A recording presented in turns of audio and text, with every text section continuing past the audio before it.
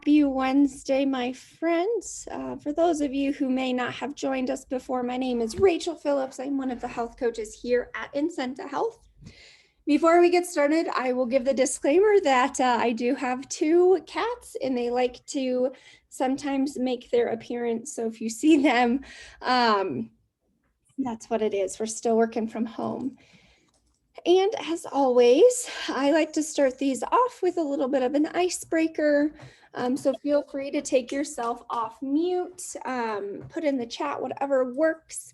Question for this week, if you could have lunch with anybody, who would it be? I'm going to put the caveat, the person has to be alive. Could have lunch with any living person, who would it be?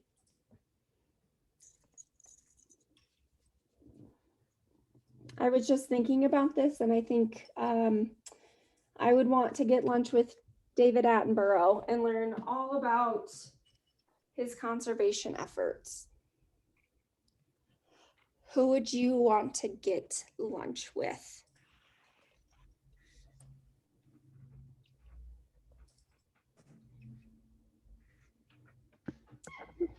No one? Quiet week this week.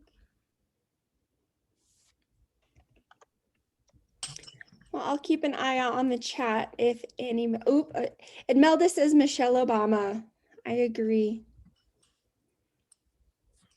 Oprah. Oh, absolutely. Ooh, 2 for Oprah.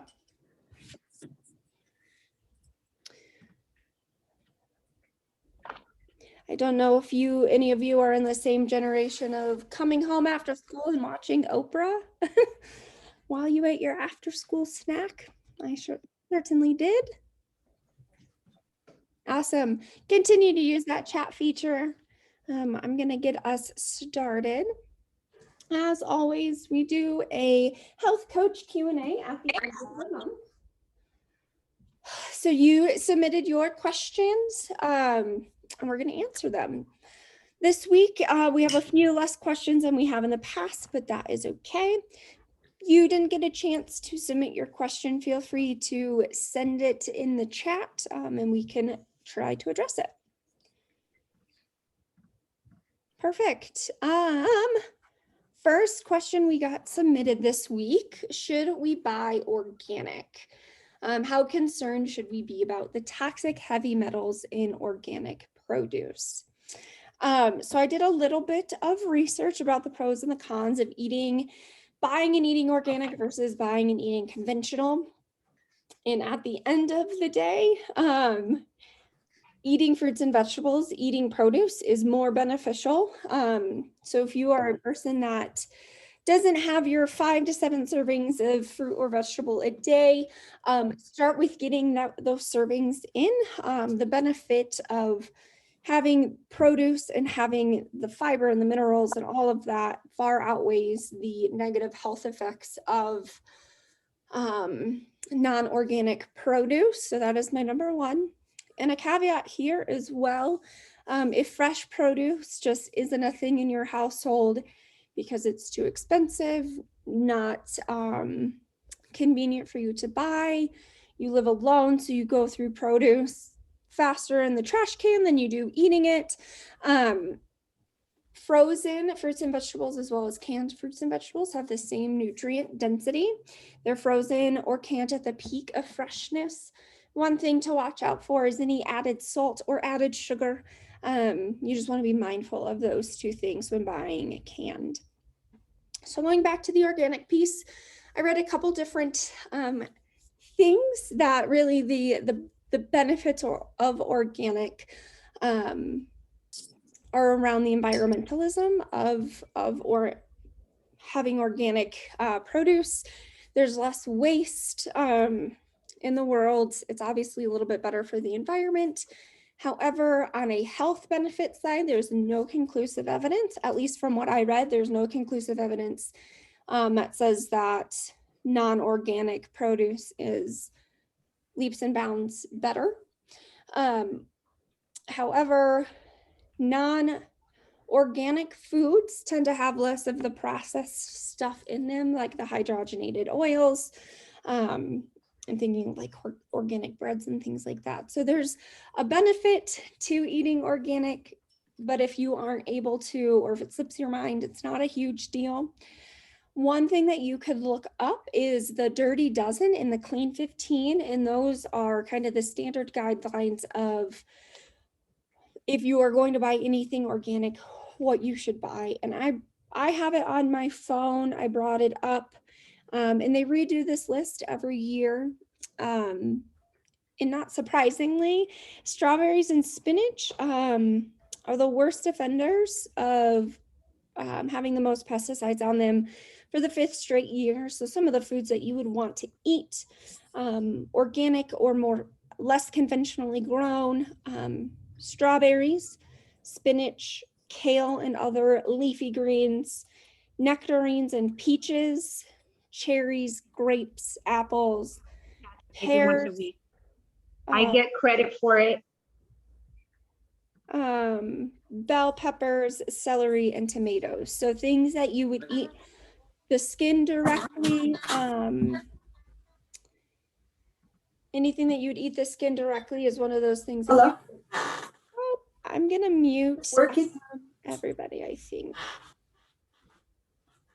Hold on, I can't hear you. Oh, there we go. There we go. Sorry about that. So things that you eat directly have a little bit more of that the pesticide residue. Things that you peel or that are grown in the earth that have a harder shell tend to have less of those pesticides and those chemicals in the actual fruit itself. So a little bit safer to eat if you're concerned about being organic or not.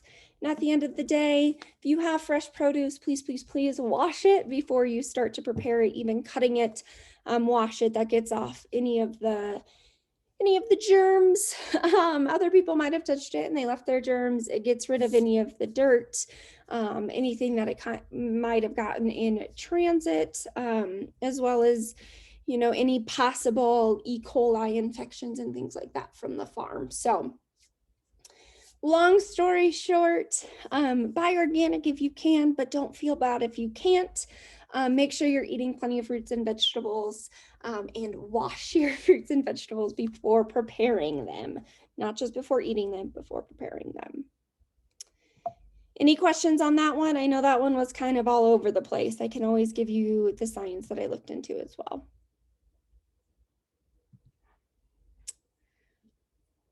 Awesome.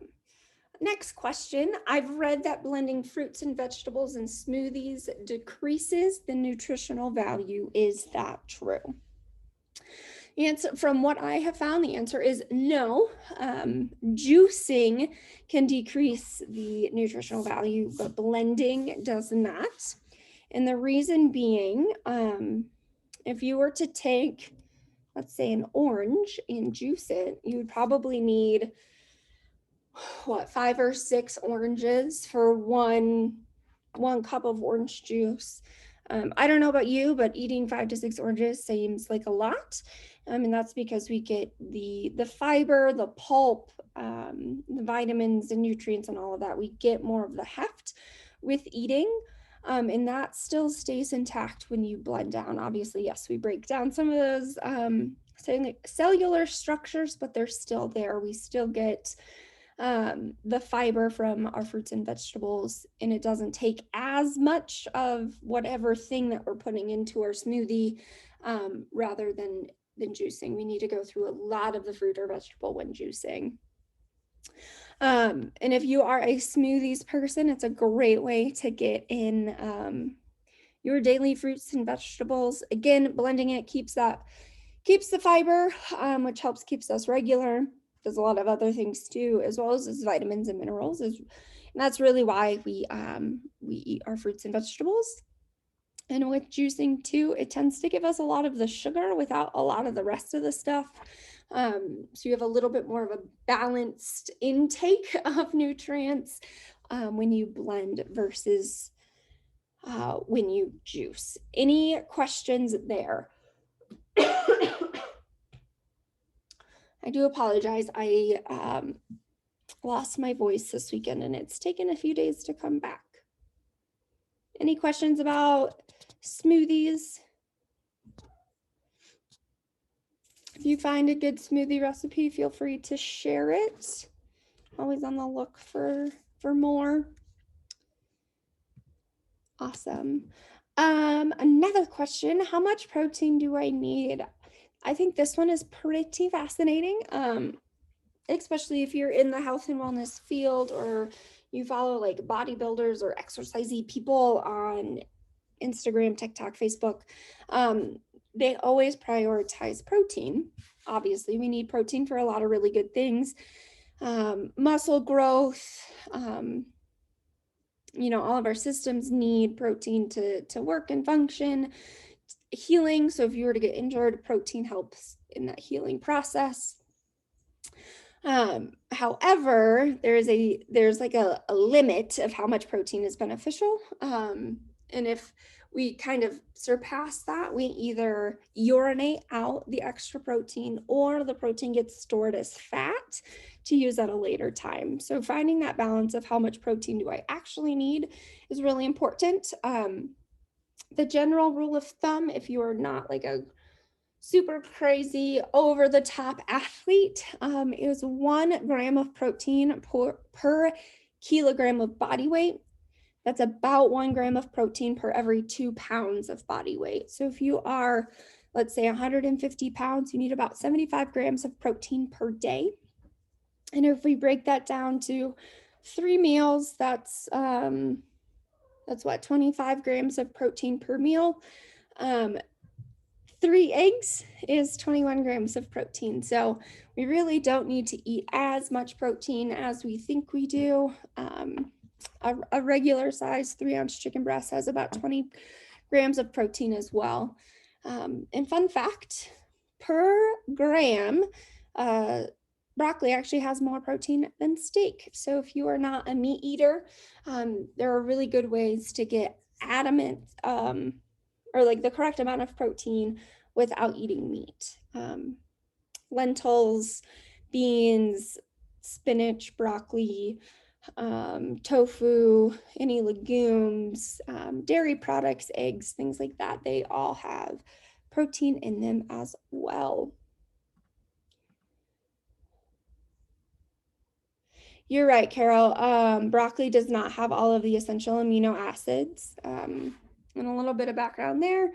I believe there are 21 amino acids in the world. So the building blocks of proteins, and 11 of them, it's been a while since I've learned all of this. 11 of them are considered essential, meaning that we need them. We cannot create them on our own.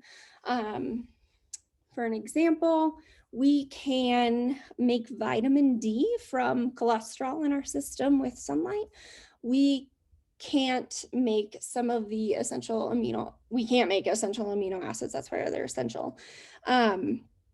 And meat products, yes, are more likely than not, they have all of those essential amino acids. However, beans and rice also gives you all of those essential amino acids as well. So there are ways to get all of your essential aminos without eating just a piece of meat. You just have to be a little bit more playful with how you get your foods in. Peas. Are you saying that's another, Carol, I'm confused by your peas statement. Oh, peas have all the aminos, all the essential amino acids. Awesome. Thank you. But yes, broccoli doesn't have all the essentials. There are others that do. And I'm obviously not saying just eat all broccoli all day. That would get really boring and probably really gross really quickly. But just from a strict protein lens, there's more protein per gram of broccoli than in meat. And there are studies that show the benefits of a plant-based diet. We can talk about that at a later time. Any other questions on this one?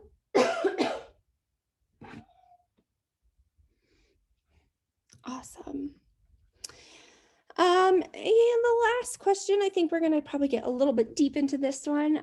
What is macro counting and how do I do it? So macronutrients is what we talk about when we're talking about macro counting. We have macronutrients and micronutrients. Micronutrients are our vitamins and minerals, the good stuff in the food. And then our macros, macronutrients are broken down into four categories. We're going to skip the alcohol category. We're going to focus on the other three, carbohydrate, fat, and protein. Everything that we eat gets their calories from one of those three sources. I often get well, I'm on a carb-free diet, but I had a really big salad for lunch. Fruits and vegetables are considered carbohydrates. You're just on a limited carb diet. So an example of protein, again, fish, meat, nuts, dairy, eggs, etc. An example of fat, any nuts have fat, any oil, nut seed oil, eggs have fat, avocado have fat, and then carbohydrates, rice, quinoa, wheat, things like that. Is there a simple way to track it, your macro counting? Yes, that's what we're getting into. There's a couple different apps that you can track it. And I will say not all of them are created equal. What we would first want to, there's actually one macro calculator that I use online, and I can pull that up for you all to see, but your individual macros are based on how old you are, how active you are, your gender, because men need a few more calories than women. So when we talk about a whole day, I'm gonna draw this one out. So when we talk about a whole day of eating, I'm gonna use the example of 1,800 calories per day, which is pretty typical if you're trying to lose a little bit of weight. 1,800 calories is probably right where you need to be.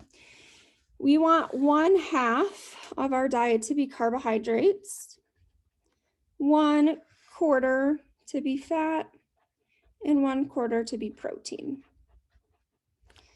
So on an 1,800 calorie, hopefully you all can see this, we want 1/2 to be carbs, 1/4 to be fat, and 1/4 to be protein. However, not all of those grams of macronutrient are created equal. This is Noodle, she likes pens. 1 gram of carbohydrate gives us 4 calories. Same thing with protein, and then fat gives us 9 calories. So what we would want to do from here, so we want 1/2 carbs, and we know a 1 gram equals 4 calories, but we want this 1,800. So what we would do from there is say I want 900 calories from carb, 450 calories from protein, and then 450 calories of fat. So 900 is 1/2 of our caloric intake, 450 is 1/4, 450 is another 1/4, fat and protein. And then we get to do one more math step, dividing out all of those to the number of grams. So if I have 900 calories from carbohydrate a day, we know that there are 4 calories per gram of carbohydrate. How many grams do I want?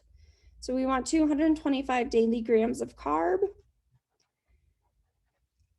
We're gonna do the same thing. We have 450 calories of protein. We know there are 4 calories per gram, so we're gonna divide 450 by 4, gives us 112. And I know that kind of goes against what I just said with one gram per body weight. This is a loose science, and there's different trains of thoughts behind both of them. Then we're going to do the same thing with fat. We know we have 450 calories from fat. We know that we have 9 calories per gram, so we're going to take 450 divided by 9. It's 50 grams of fat. So And if any of you are like, I don't understand this, I can hop on a call and we can do this specifically for you as well. So if I have 1,800 calories, this is what I want my plate to look like. How many calories per macronutrient category, and then how many grams I want to eat a day. So 225 grams of carbs, 112 grams of protein, and 50 grams of fat will give me 1,800 calories per day. Now, one of the reasons that we do macro counting versus just calorie counting, can you, oh, yes, Joe, I am so sorry.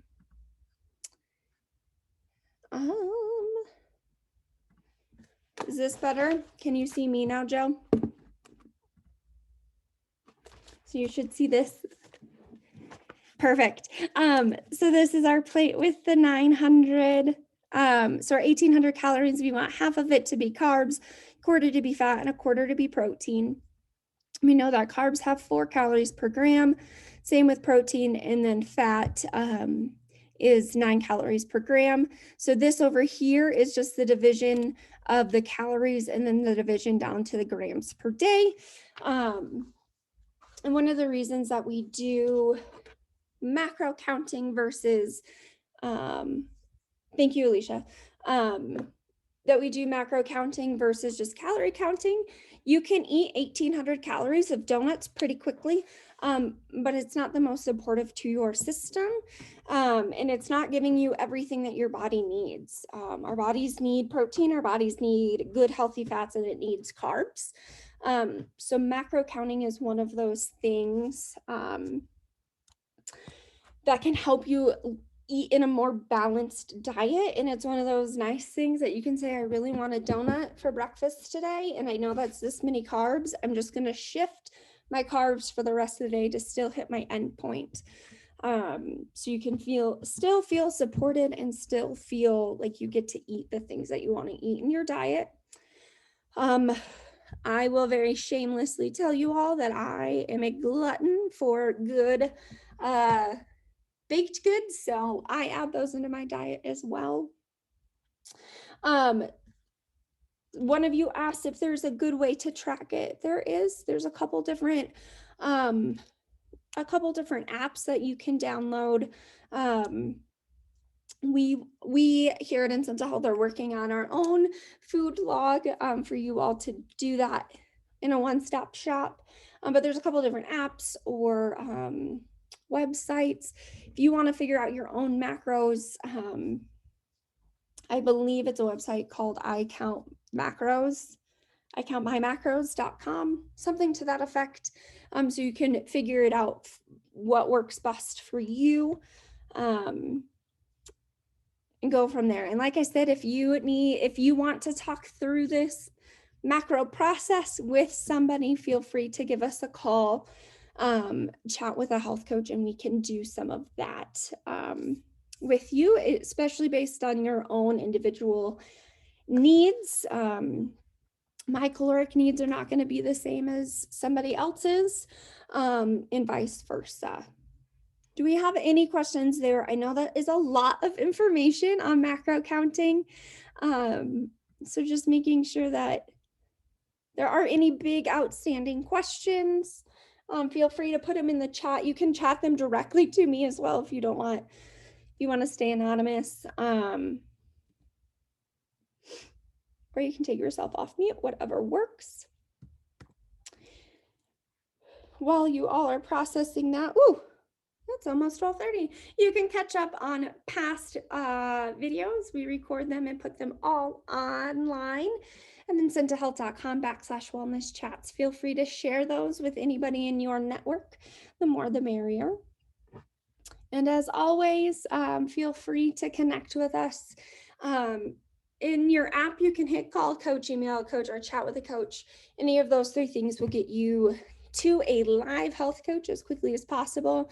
We are standing by Monday through Friday, 8 to 5. And if you haven't already, head over to Facebook and give us a follow. I know we typically show our next month's wellness chat topics I'm not quite there yet with topics. I know next week we're probably going to talk about how to have healthy and safe fun during the summer months. Pro tip, it's going to involve some sunscreen. And with that, my friends, I am going to stop the recording.